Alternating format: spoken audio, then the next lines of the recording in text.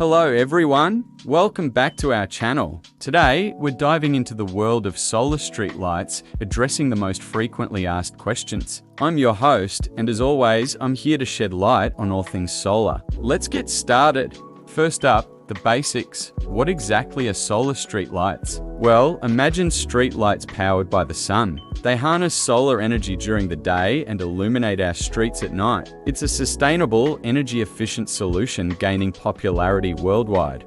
One common question we receive is about installation. How difficult is it to set up solar street lights? The answer might surprise you. Stick around and I'll share some insights on the installation process, making it a breeze for both homeowners and municipalities.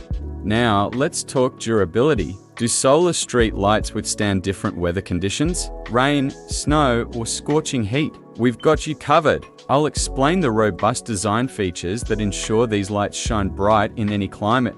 To wrap it up, we'll explore the cost-effectiveness of solar street lights and their environmental impact. Are they worth the investment? Spoiler alert, the benefits go beyond just saving on electricity bills. Stay tuned for the answers. And remember to like, subscribe, and hit that notification bell so you never miss a solar-powered update. Until next time, keep shining bright.